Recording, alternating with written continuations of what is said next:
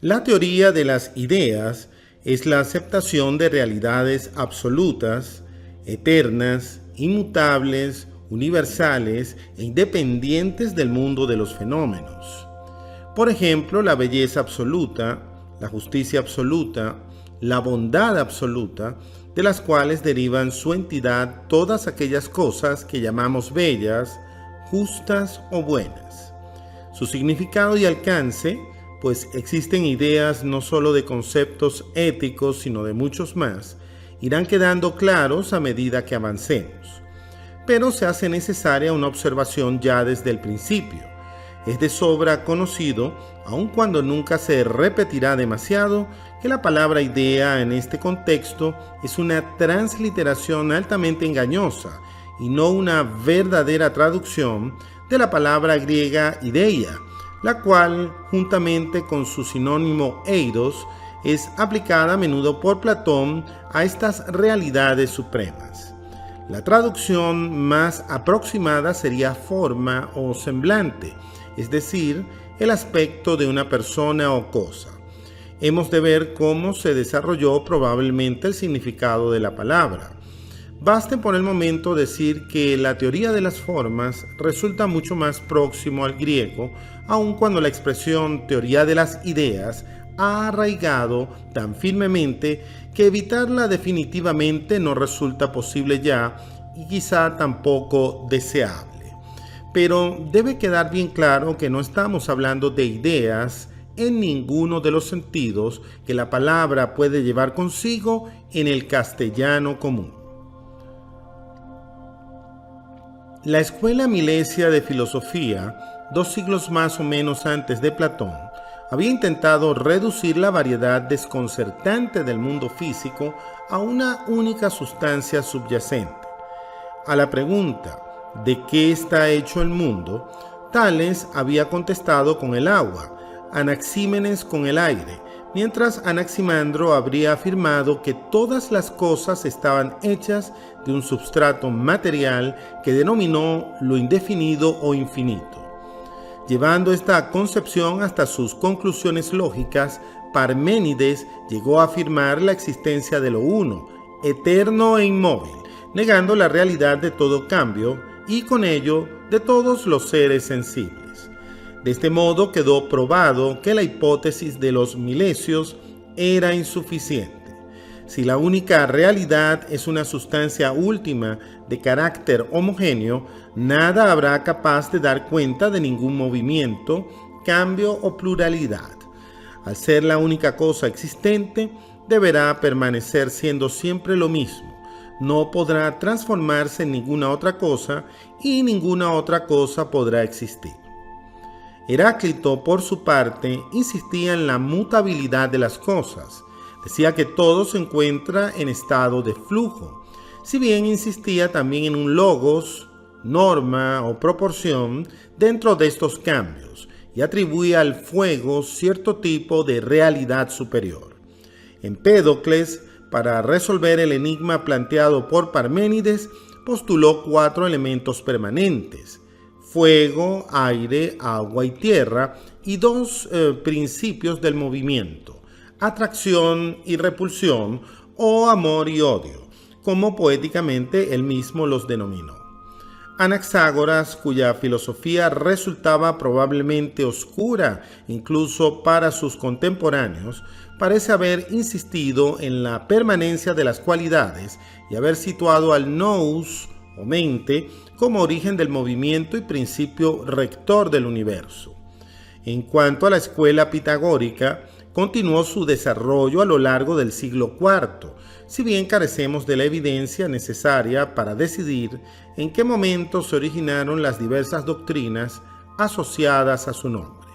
La orientación general de su filosofía era, en cualquier caso, la insistencia en que la realidad esencial de las cosas no se encuentra en sus componentes materiales, sino en su logos, es decir, en la relación o proporción matemática de las diferentes mezclas, de donde afirmaban que las cosas son números o como números.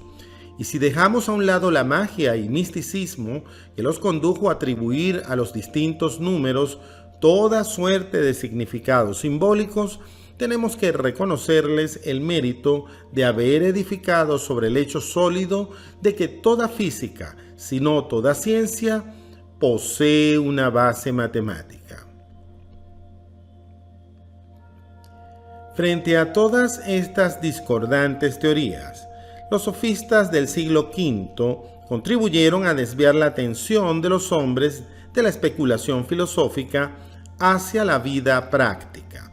Estos maestros viajeros, que con razón han sido denominados profesores ambulantes de universidad pero sin universidad, enseñaban muchas cosas diversas, de modo que constituiría grave error agruparlos a todos como si pertenecieran a una misma escuela de pensamiento o tuvieran un método determinado de enseñanza.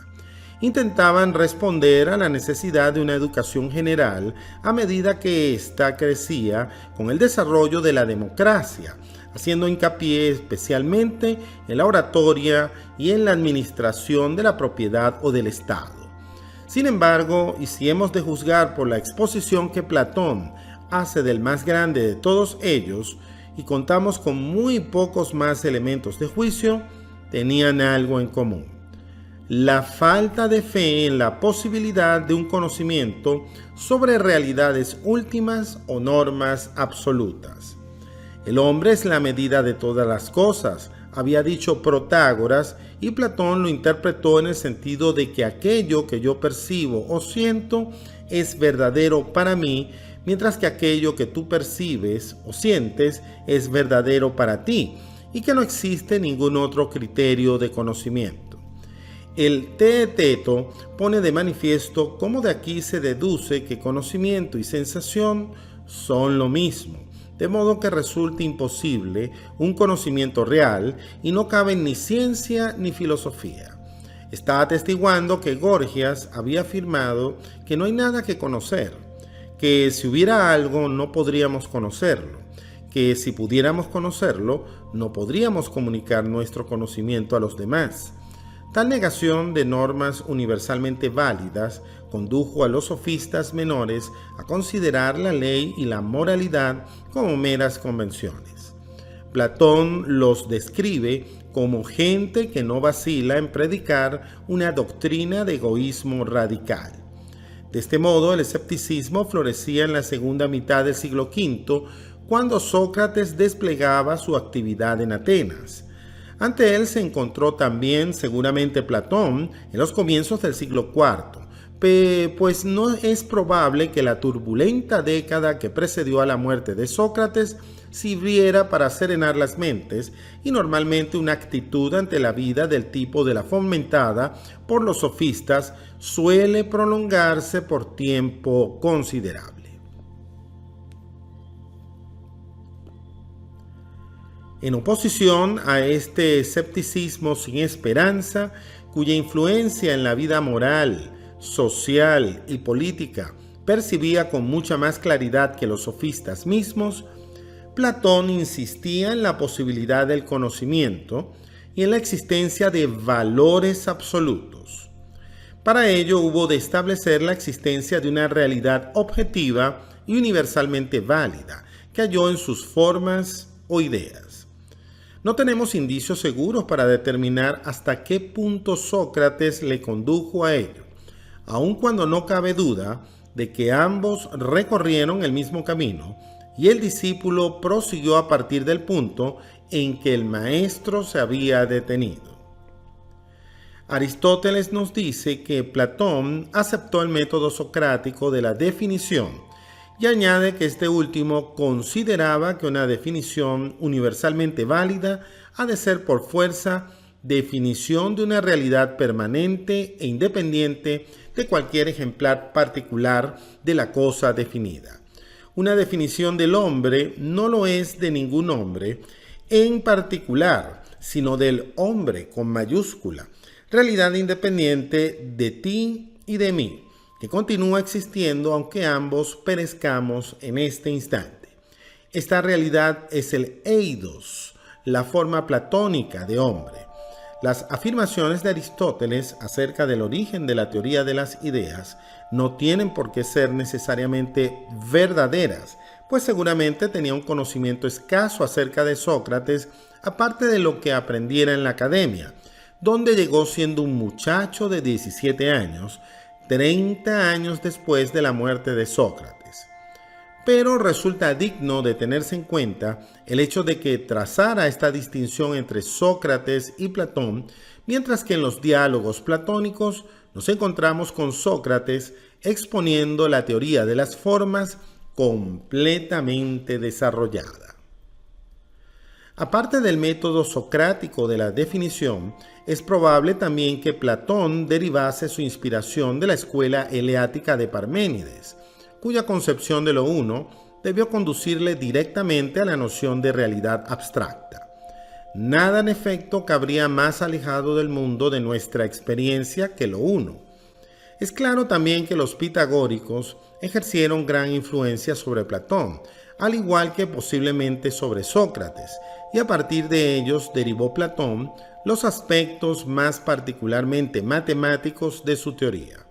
De todos modos, no parece necesario derivar de manera directa las formas platónicas de ninguna otra escuela, como tampoco debe ser pasado por alto que Platón debe a la concepción de Anaxágoras de la mente como principio rector. Las explicaciones elaboradas de la teoría de las ideas en el Fedón nos han enseñado, en primer lugar, que existen realidades como lo bueno, lo igual, lo bello, etc., que son absolutamente verdaderas, si bien no pueden ser percibidas por los sentidos corporales. Solo pueden ser captadas a través de un proceso de razonamiento semejante al matemático, una vez liberada la mente, en la medida de lo posible, de los errores de los sentidos. En segundo lugar, son aquellas realidades que la mente ha contemplado antes de nuestro nacimiento, según la descripción del Menón, y que rememoramos porque los objetos de los sentidos nos las recuerdan. Esto no contradice en realidad a lo anteriormente afirmado. Platón enfatiza primero la necesidad del razonamiento abstracto para conceder después que tal proceso se inicia a partir de ciertas percepciones sensibles. Del mismo modo que ningún cuadrado material es perfecto y sin embargo nos sirve de punto de partida para razonar acerca del cuadrado perfecto, objeto del razonamiento matemático, y dos trozos de madera no son tampoco nunca perfectamente iguales, pero su visión nos lleva a pensar en la igualdad. En tercer lugar, estas ideas son únicas, permanentes y eternas. Queda claramente trazado el contraste entre ellas y el mundo sensible. Demasiado claramente quizá, pues se verá obligado más tarde a tender un puente sobre este abismo. En fin, solo estas ideas eternas pueden conducirnos a una teoría satisfactoria de la causalidad. Ninguna cosa particular puede ser explicada si se la considera aisladamente. Debe ser situada dentro de la clase a la que pertenece, y las características comunes que presenta con los otros miembros de su clase deben ser atendidas en primer lugar. Estas cualidades comunes, consideradas abstractamente, son las ideas. Las formas pueden además estar presentes en las cosas particulares de diversas maneras, ya como propiedades, ya como accidentes, y formas contrarias no pueden ser participadas por el mismo individuo. Como es natural, las aplicaciones lógicas de la teoría de las ideas no han lugar en el banquete.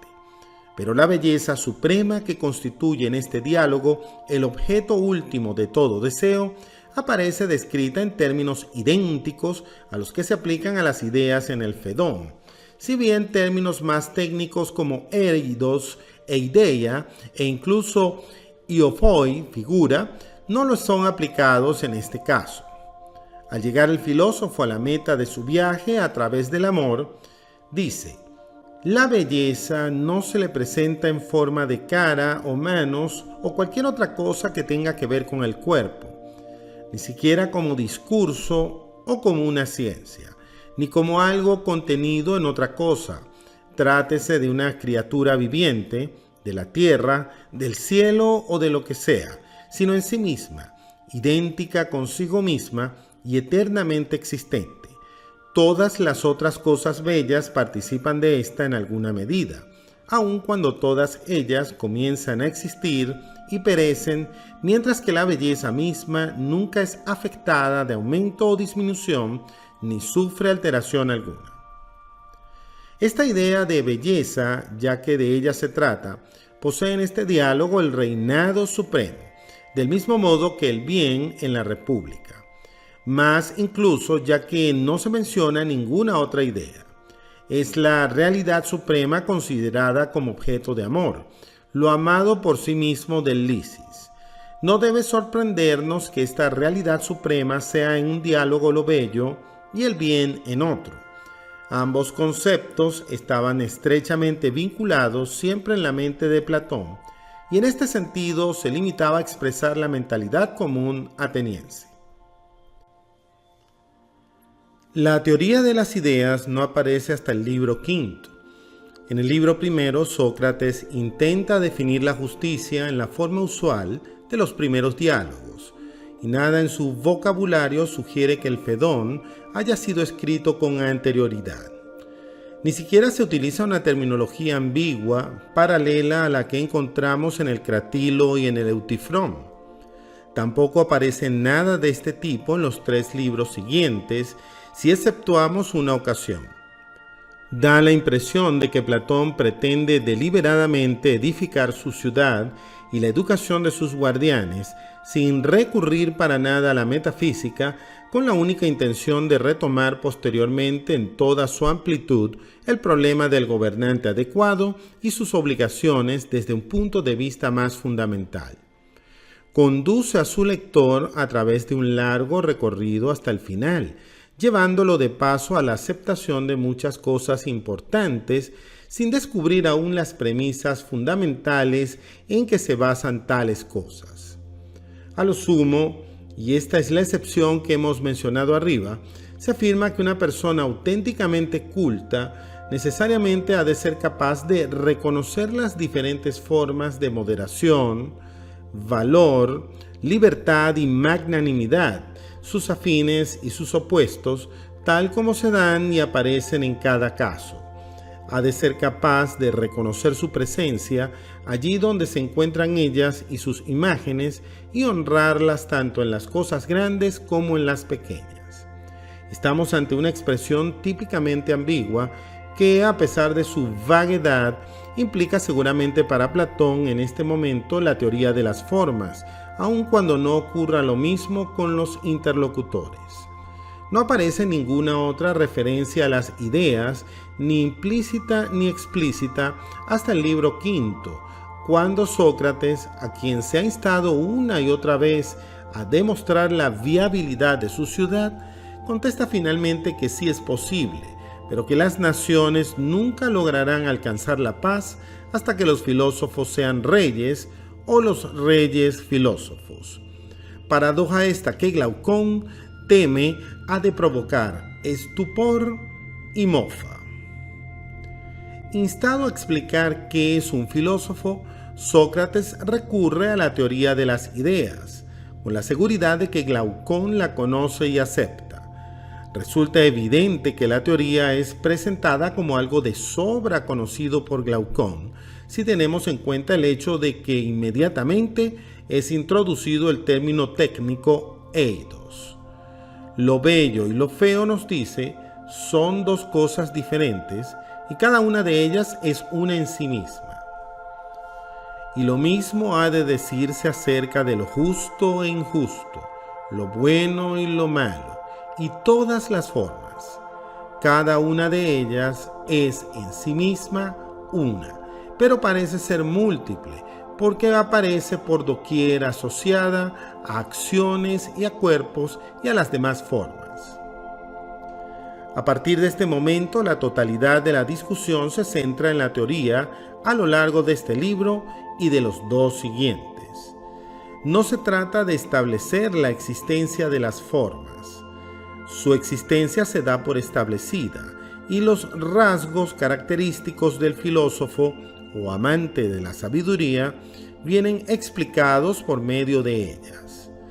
Otros hombres captan visiones y sonidos particulares, y sin embargo no captan la realidad que existe tras ellos. En cuanto a aquel hombre que cree en las cosas bellas, pero no cree en la belleza misma, ni es capaz de seguir a alguien que intenta conducirle al conocimiento de ella, ¿piensas que su vida es real o por el contrario un sueño? Considera esto. ¿No es en efecto un sueño el confundir la imagen con la realidad? Poco importa si el hombre está dormido o despierto. Esto es precisamente lo que hace el hombre común. Confunde con la belleza misma las cosas particulares bellas, que lo son precisamente en la medida en que participan de la belleza. El filósofo conoce la realidad, las formas. Los demás únicamente poseen creencias u opiniones. Hay pues 3 grados: conocimiento, opinión e ignorancia. El primero es el de las formas, la segunda del mundo físico, que no puede ser objeto de conocimiento real, sino que es y no es a la vez, ya que ninguno de sus objetos posee cualidades permanentes, sino que están sometidos a continua mutación. La ignorancia, por su parte, no tiene nada que ver con el ser, pues afirma la existencia de cosas que sencillamente no existen. La diferencia entre conocimiento y opinión es la diferencia entre el filósofo y los demás hombres. Evidentemente es el filósofo, cuya mente aprende la bondad, quien debería gobernar el Estado. Solamente él posee el patrón de la bondad en su alma y es capaz de usarlo, al igual que un pintor se sirve de su modelo, para intentar realizar la justicia eterna en las vidas humanas, para hacer que el Estado se acerque a aquellas realidades éticas cuyo conocimiento solamente él tiene. Debe hallarse en posesión de la más alta forma de conocimiento, que no es otra cosa que el conocimiento del bien. Pero, ¿qué es el bien? Para algunos es el placer, aun cuando no tienen más remedio que admitir que determinados placeres son malos. Otros dicen que es el conocimiento, pero el conocimiento tiene que tener un objeto y este objeto no puede ser sino el bien, que es precisamente el término que hay que definir.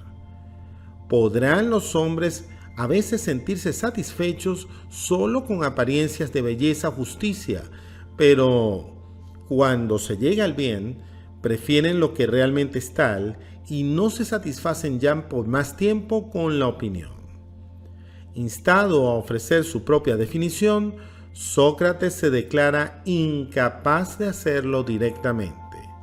Sin embargo, intentará describir el retoño del bien, pasando a exponer su famoso paralelismo entre el sol y la idea de bien.